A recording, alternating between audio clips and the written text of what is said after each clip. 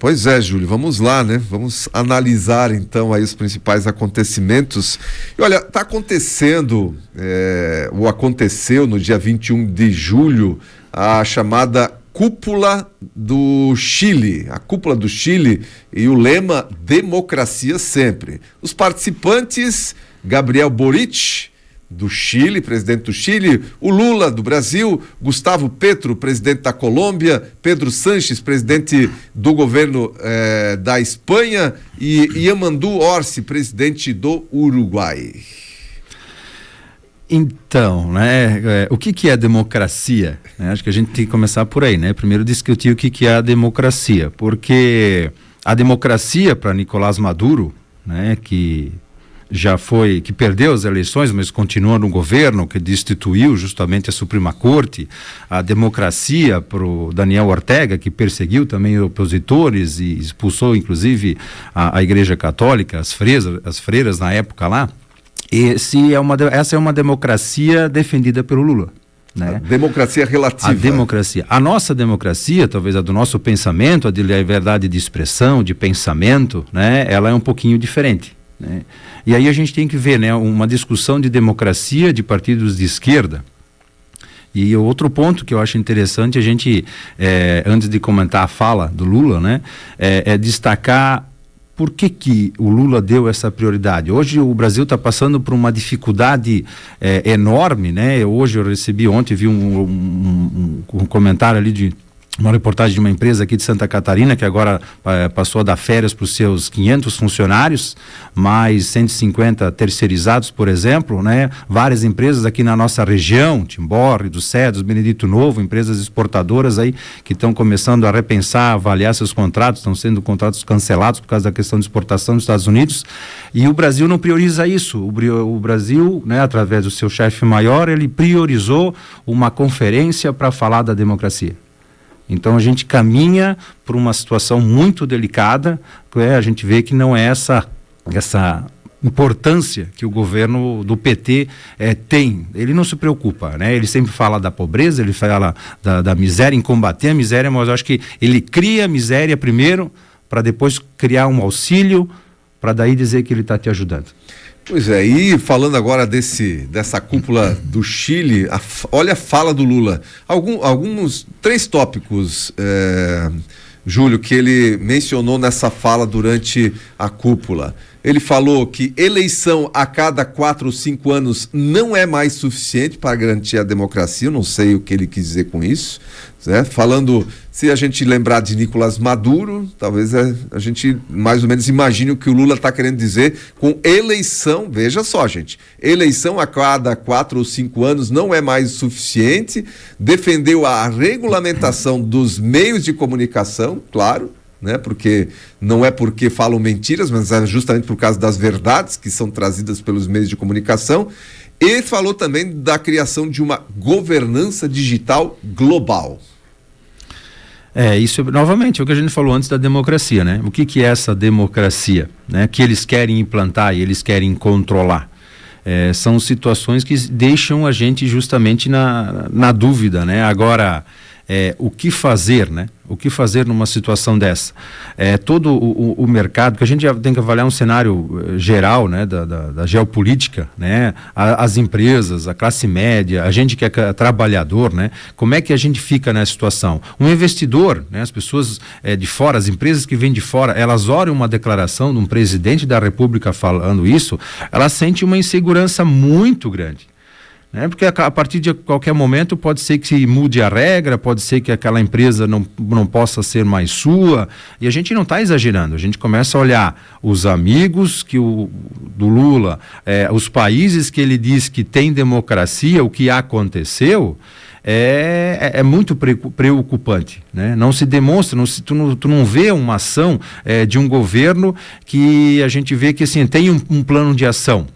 É o que está sendo feito, não estão negociando. Essa imposição toda que tem dos Estados Unidos ali, estão se escondendo, né? A gente parece perceber assim, o Brasil está quebrado. A gente viu recentemente, para quem acompanha os noticiários, o próprio ministro, né, chefe do Tesouro ali, o próprio Jornal Nacional divulgou uma reportagem dizendo que o Brasil vai quebrar em 2026, né? Por o quê? Por uma falta de incompetência da gestão do governo Lula. Então, vem se demonstrando o governo atual pior do que a pandemia. Porque o governo anterior ele conseguiu passar por uma pandemia, várias empresas tiveram dificuldades, várias pessoas perderam seus empregos, mas a gente conseguiu retomar. Agora a gente vê que não tem pandemia, né? A pandemia é o governo do PT. Mas a situação do Bolsonaro, a questão do Lula, essas situações, assim, elas apenas está deixando acontecer, né? Parece que está colocando mais lenha na fogueira, colocando um discurso desse. Para que falar isso num momento desse? A China foi negociar com os Estados Unidos, a Índia foi negociar com os Estados Unidos, que é aquele grupinho da esquerda dos BRICS ali. A Rússia tirou o corpo fora. A Rússia puxou o freio de mão. E tirou o corpo fora quando disse, não, esse negócio da moeda aí, do dólar não ser mais a moeda padrão mundial, isso é discurso do Lula, não tem nada a ver com a gente. Então o Brasil, ele quer ter um protagonismo que não se sustenta, porque nós não somos a bola da vez, né? Hoje o que justamente sustenta talvez o Brasil lá fora, o que nos diferencia muito, é o próprio agronegócio, que é uma situação que o governo atual vem ainda batendo, né? E que vai ter um impacto muito grande com essa questão decisões. dos tarifaços aí já afeta, né? Já afeta muito. Então, tudo isso são situações que, assim, criam uma expectativa, né? Uma insegurança. Tu percebe ali nas rodas de conversa do dia a dia que muitas pessoas estão começando a ficar preocupadas. Aquelas pessoas que trabalham, que necessitam do seu sustento, a classe empresarial, que ela precisa vender e precisa fazer com que sua empresa movimente, porque tu não sabe o que vai acontecer amanhã. Tu já ouve comentários de paralisação, de greve, alguma que hoje não é o momento. Eu acho que é uma situação que vai prejudicar ainda mais, então a gente tem que tomar cuidado com essa empolgação, né, com essa... com esse desgosto, para não ser uma coisa pior ainda, né? Então é o ponto de a gente olhar realmente quem está certo e o que a gente pode fazer para melhorar. Pois é, e aí pra gente fechar, a gente vinha comentando aí também que esse protagonismo que o Brasil quis ter a partir do BRICS, né? Olhando que o BRICS, os principais players ali do BRICS, que é a China, a Índia e a Rússia, lavaram as mãos e ficou o Lula falando sozinho no BRICS e que é um dos grandes fatores, um dos grandes motivos de a gente estar sofrendo esse tarifaço. Não, justamente, essa questão do BRICS ali, ela começou... vamos voltar um pouquinho, né? Quando a gente olha essa questão do tarifaço, né? A gente tem que entender assim, sai do Brasil, olha para um cenário global e tu vê os Estados Unidos preocupado, de um certo modo, né, com esse grupo que tem uma visão de crescimento, né, de exportação do mercado global, né, e os Estados Unidos querendo tomar conta, voltar a ser o grande controlador. E ele tem esse papel de controlador, tanto na questão da moeda, tanto na questão econômica, tanto na questão militar, né, porque eu sempre digo que se não tivesse entrado, se o Donald Trump não tivesse perdido a eleição ali, não teria acontecido a invasão da Rússia para a Ucrânia naquela época.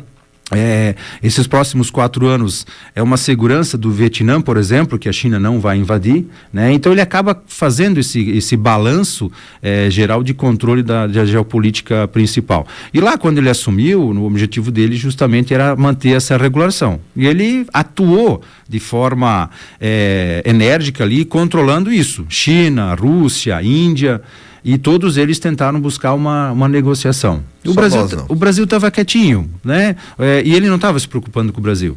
Porque o Brasil não representa muito dentro do mercado americano. O impacto não é muito grande.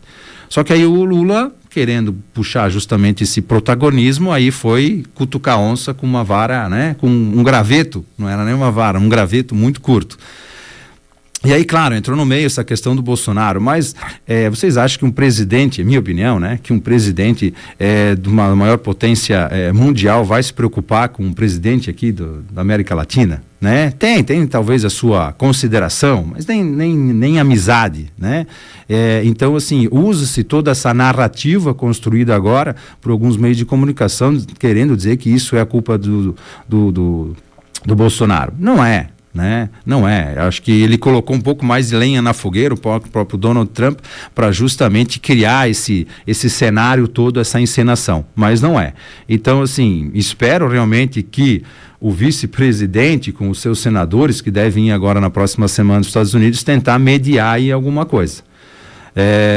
Acredito, gostaria que acontecesse, mas, né, se tiver um contraponto, aí o STF não vai ceder. E essa situação que aconteceu com o STF, os Estados Unidos fez há 8 anos atrás na Venezuela a mesma coisa. Né, quando justamente destituiu-se a Suprema Corte e o próprio Nicolás Maduro tomou posse de todo o sistema. E a gente vê uma coisa meio similar aqui no Brasil, o que realmente também preocupa. Pois é. Júlio, nós voltamos amanhã, o Júlio estará com a gente aí amanhã também, porque na sexta-feira tem Arão Josino e o Ponto de Vista, mas amanhã Júlio com a gente aqui também no Analisando. Até amanhã, Júlio. Até amanhã, um abraço a todos, uma ótima quarta-feira.